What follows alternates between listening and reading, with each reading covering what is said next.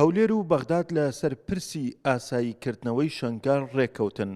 حەسەن نەرمۆ نوێنەری یەزیدیەکان لە فراکسیۆنی یەکێتی نیشتیمانی کوردستان لە ئەنجومەنی نوێنەرانی عێراق دەڵێت ئەگەر وەکو خۆی خاڵەکانی ئەم ڕێکەوتنە جێبەجێ بکرێ مایەی دڵخۆشیە و باس لە خاڵ و بەندی ڕێکەوتنەکانی نێوان هەولێر و بەغداد دەکا تایبەت بە گەلی کوردستان. ئەگەر دواچۆن هەبێ بۆ جێبەجێکردنی ئەو ڕێکەوتنە من زۆر گەشت بینم. لە ناو اتفاقیەکە کە کراوە قایمەقام ئیدارە دەبی بێلایەن بێ و کەسایەتی باش بن و دەستپاک بن. ئەوە ینی تشتی هەری گرنگە لە ناو اتفاقیەکە. لە ئالی ئاسی لە ئەسەر ئاستی ئەمنی دیسە اتفاقیان کراوە کە پۆلیسی ناوخۆ پۆلیسی چونکە زۆربەی پۆلیسی ئێستای ناوخۆی منتەقەی شنگال هەمویان لە پێکاتی ئێزدینە و کە پۆلیس حکومڕانی لەوێ بکە زائیدەن ئەمن الوەطنی. دیسە اتفاقیان لەناو اتفاقیەکە کراوە على ئاساس دەرگای تەتەوع بکێ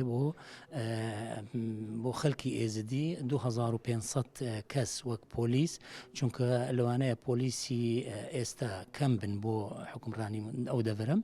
اتفاقیان کرا کە 2500 کەس تەتەوع بکرێن بۆ زیادکردن لە ئالی ئەمنی و ئەوانە یعنی کە حکومڕانی بکەن.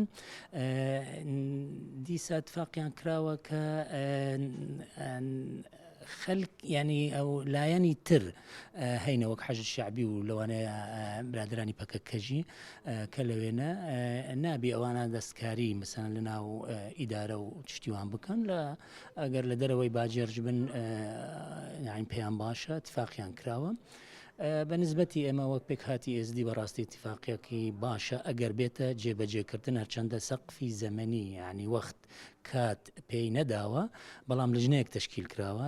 ئەو لژنە ینی متابعەی دەکە بۆ جێبەجێکردنی ئەو ڕێکەوتنە. هەرێم کەمال ئاغا ئەندامی لیژنەی ناوخۆ و بەرگری ڕای دەگەیەنێت ڕێکەوتن لەگەڵ بەغدا بۆ چەسپاندنی ئارامی و ژیانی خەڵک گرنگە. بێگومان هەر ڕێککەوتنێک کە ببێتە مای ئارامی و ئاسایش و گەڕانەوەی خەڵک بۆ زێدی با و باپیران و خاچی کوردستان بێگومان شتێکی باشە و کارێکی ێزگار باشە. وان لە هەمان کاتیشدا ئەم ڕێککەوتنە بە هاوکاری لەگەڵ حکوومەتی هەرێمی کوردستانە و دەمێکە و ناوچەیە یعنی بۆتە ململانەی چەقی ململانەی ینی ئەوەی کە قوربانی داوە لەو خەڵکی ئێزدیە کوردی ئێزدی لەوێ بۆتە قوربانی ململانەی شتی تر و لابەڵا و حتا ئەقلیمیش ینی تا بڵێن بۆی ناوە ناو کە تورکیا تۆبارانی ئەم ناوچانە دەکا ئەگەر خەڵکەکە بگەڕێتەوە خۆی ساحەبی ئەوە بکە ناوچەکەی خۆی بکە من پێم وایە هەم ئارامی دەگەڕێتەوە هەم ژیان دەگەڕێتەوە و خاچی کوردستانیش ئاودان دەبێتەوە. لە خاڵی ڕێکەوتنەکەدا هاتووە کە بارودۆخ و ڕەوشی ئەمنی شنگال ئاسایی بکرێتەوە و ئاوارەکان بگەڕێنەوە سەرزێد و ماڵ و حاڵی خۆیان و ستافێکی نوێ بۆ ئیدارە و بەڕێوەبەرە گشتەکانی شارەکە دابین بکرێت.